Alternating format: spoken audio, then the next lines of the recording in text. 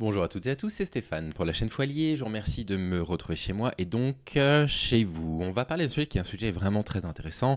On va parler d'un sujet qui mélange votre droit à l'image et en particulier les conséquences de ce droit à l'image lorsque vous subissez du harcèlement en ligne. On va en parler dans un cas assez intéressant puisqu'il s'agit d'une vidéo qui a été partagée par un très très gros vidéaste qui s'appelle Vincent Lapierre. Et Vincent Lapierre avait partagé une série d'interviews où il allait dans le 16e arrondissement de Paris pendant les manifestations où les personnes s'exprimaient autour du meurtre de Philippine. Il avait interrogé une femme française, blonde, aux yeux bleus, qui avait du coup un faciès en plus de ça blanc, et qui expliquait qu'on n'était plus en sécurité, etc. Et nous, on expliquait que, voilà, essayer de réduire la problématique des violences masculines à l'immigration, c'est complètement stupide, et c'est montrer une seule chose, c'est que finalement, la violence que les femmes subissent, ces gens-là s'en moquent un petit peu.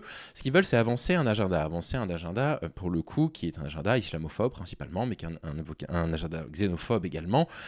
Et à chaque fois qu'il y a des problèmes de violence faites aux femmes, vouloir ramener la question de l'ethnicité de la personne qui a commis du coup cette agression-là, c'est une façon de ne pas parler du coup des violences masculines. C'est une façon de ne pas parler du sujet et de le ramener sur l'immigration. Et donc ces personnes-là se moquent éperdument, mais vraiment éperdument des violences que les femmes subissent. Et on va parler aussi un tout petit peu de cancel culture.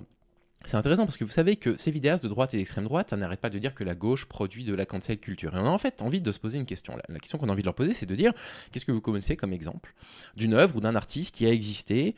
Des personnes ont tenté de, je sais pas, de l'annuler, comme ils le disent, et ça a fonctionné. Parce que, je vais vous prendre un exemple.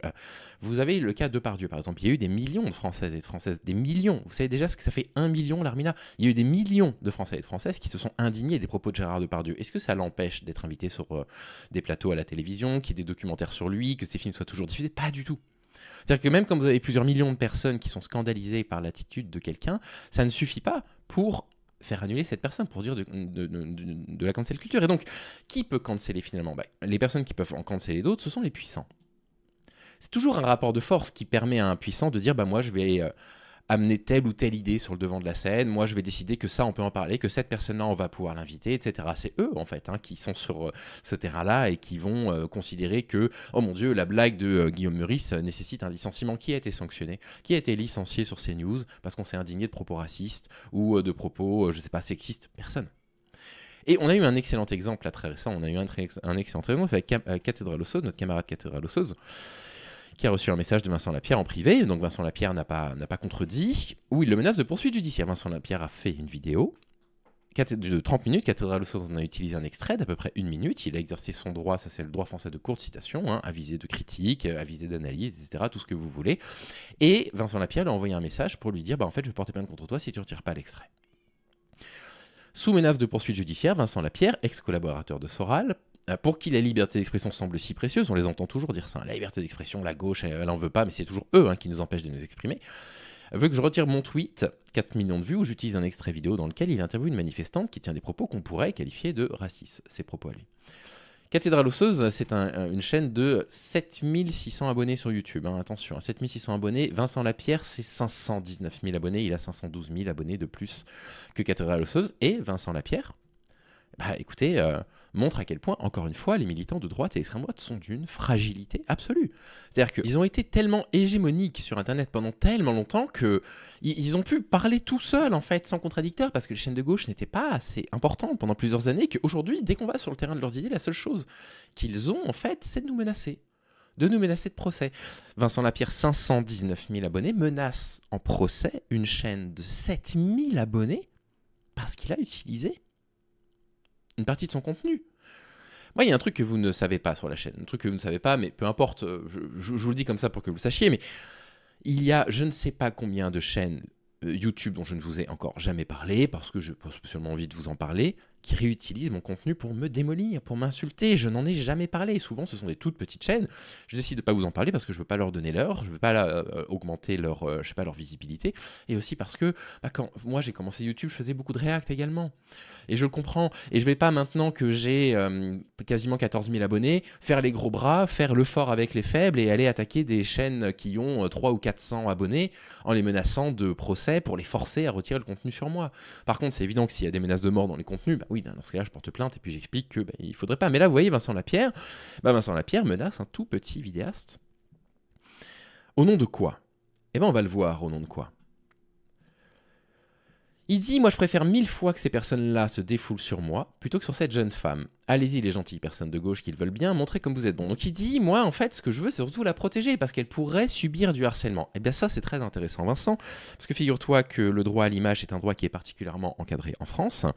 Et donc je vais simplement vous rappeler 2-3 petites choses. Premièrement en fait, lorsque l'on filme une personne dans l'espace public, hors certains cas particuliers qu'on va voir dans la dernière partie de la vidéo, vous êtes obligé au moment où vous les filmez d'avoir leur consentement écrit. Donc Vincent, puisque tu te sembles te soucier du harcèlement de cette personne-là, est-ce que tu pourrais s'il te plaît nous fournir la preuve que tu as récolté son consentement écrit? Est-ce qu'on pourrait avoir cette feuille pour nous montrer que tu leur as bien expliqué les conséquences potentielles, que tu vas parce que le consentement, vous devez le signer pour récupérer l'image, et ensuite, si vous allez l'utiliser, vous devez dire, je vais l'utiliser dans une chaîne, à tant d'abonnés, à telle visée, voilà le nombre de vues qu'il peut y avoir et les conséquences qu'il peut y avoir. Il faut tout donner, hein, il faut que tout soit noté, effectivement, là-dessus. Donc, Vincent, puisque tu sembles, je sais pas, être particulièrement inquiet pour la sécurité des personnes que tu interviews, s'il te plaît, montre-nous que tu récoltes à l'écrit le consentement de toute cette personne-là.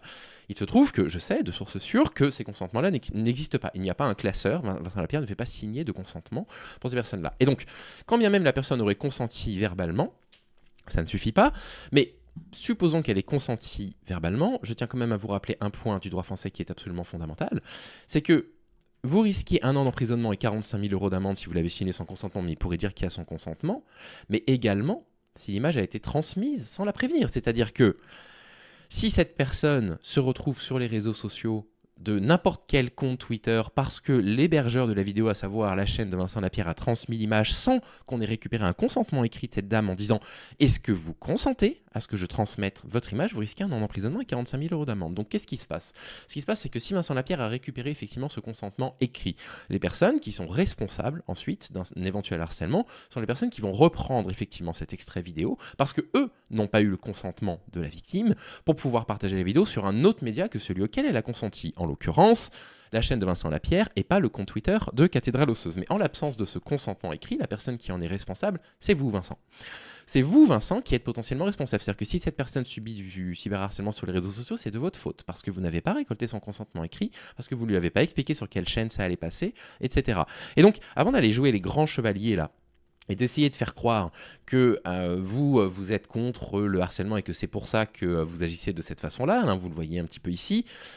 Sincèrement, Vincent, réfléchissez à la façon dont vous travaillez et à l'éthique avec laquelle vous travaillez. Et évidemment, Paduring qui répond, c'est toujours la même rhétorique, ouin ouin, la gauche c'est les méchants, pour éviter tout débat de fond. C'est toi qui exposes les gens en les interrogeant dans la rue et en les mettant sur YouTube, tu ne peux pas tenir Cathédrale Osseuse pour responsable. Et Paduring, je ne sais pas s'il était au courant de la loi, a entièrement raison. C'est-à-dire que s'il n'y avait pas de consentement écrit signé pour la filmer, déjà c'est potentiellement 45 000 € d'amende et 1 an d'emprisonnement.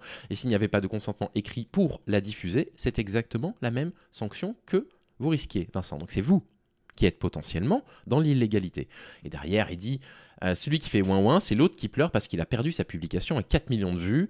Moi, je vous dis de déverser votre haine sur moi plutôt que sur cette jeune femme. Personne n'a attaqué cette jeune femme. Hein. C'est le contraire du ouin ouin. Et donc là, vous voyez, il y a une forme d'hypocrisie chez Vincent. C'est-à-dire que Cathédrale Osseuse, il aurait fait ça pour faire ses 4 millions de vues, vous voyez. Mais pas Vincent. Alors Vincent, lui, il n'a pas fait ça pour faire de la vue. Vincent, il est au-dessus de ça. Hein. Vincent, il a mis ça. Vincent Lapierre, voilà, il a utilisé cette vidéo pour faire de la vue sur YouTube. Cathédrale Osseuse a utilisé cette vidéo pour faire de la vue sur Twitter, mais c'est pas pareil, c'est pas la même chose. Vous voyez, c'est-à-dire que il y a la bonne raison hein, de vouloir faire de la vue, et il y a la mauvaise raison. Donc Vincent Lapierre, lui, c'est faire de la vue sur YouTube, ça c'est la bonne raison. Cathédrale Osseuse, c'est faire de la vue, mais non, mais c'est pas pareil. C'est pas pareil parce que c'est un gauchiste, vous comprenez, c'est un gauchiste et il veut harceler les femmes, hein, vous voyez. Enfin, je veux dire, déverser votre haine sur moi plutôt que sur cette jeune femme, mais qui a déversé la haine sur cette jeune femme, quoi. Et donc, Cathédrale Osseuse rétorque avec beaucoup de justesse. Vincent, si tu veux vraiment protéger cette femme parce qu'elle a subi du harcèlement, ta vidéo, elle a été vue 178 000 fois au moment où Cathédrale Osseuse en parle. Tu n'as probablement pas son consentement écrit pour qu'elle passe sur une chaîne qui a 500 000 abonnés. Et donc, qui est potentiellement dans l'illégalité? Donc voilà, ces notions de droit, je les ai vérifiées auprès de mon avocat, elles sont parfaitement justes pour le coup. Donc effectivement, Vincent Lapierre, s'il n'a pas recueilli le consentement écrit de cette jeune femme, il peut être effectivement attaqué et il risque 1 million de... il risque par exemple un an de prison et 45 000 € d'amende si cette femme porte plainte. D'accord? Parce que quand vous diffusez quelque chose sur les réseaux sociaux, vous êtes censé avoir du coup le consentement de la personne, sauf si vous utilisez un extrait d'une personne qui travaille par exemple déjà dans un média. La personne travaille à TF1, elle est interrogée sur TF1, elle a donné son consentement à TF1 pour que son droit à l'image soit utilisé. Vous avez tout à fait le droit d'utiliser ces images-là dans le droit d'une courte citation, non pas pour vous réapproprier l'extrait, mais pour le critiquer par exemple politiquement. Et donc si vous voulez en savoir plus sur le droit à l'image, eh ben, vous avez cette vidéo qu'on va regarder. On va la regarder assez rapidement. Elle est sur le site de Infogouv. Donc voilà, c'est le gouvernement qui vous explique ce que vous pouvez et ce que vous ne pouvez pas faire. Et donc, ça va nous rappeler de façon très claire qui, dans ce cas-là, est en train non seulement d'utiliser son pouvoir avec ses 500 000 abonnés pour empêcher un petit vidéaste de pouvoir critiquer ou commenter, et qui est dans le tort. On y va.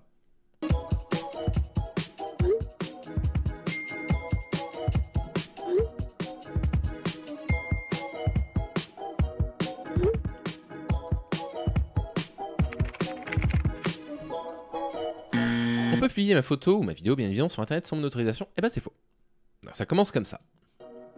C'est une idée reçue. Une personne peut publier une photo de vous sur Internet uniquement si vous avez donné votre accord. Le droit à l'image permet à toute personne de s'opposer à la diffusion d'une image sur laquelle elle est reconnaissable, même si elle a été prise dans un lieu public comme une université.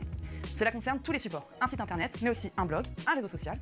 Toutefois, il y a des... Donc vous comprenez, sur YouTube, on a le droit de dire « je ne veux plus que mon image apparaisse sur la vidéo ». Il y a quelques exceptions, comme elle va expliquer. Exceptions liées au droit à l'information, à la liberté d'expression et à la liberté artistique et culturelle. Par exemple, votre accord n'est pas nécessaire pour diffuser la photo d'une manifestation publique si vous n'y apparaissez pas isolément. Si vous n'y apparaissez pas isolément. Si vous y apparaissez isolément, c'est interdit. Que faire si votre image a été publiée sans votre accord?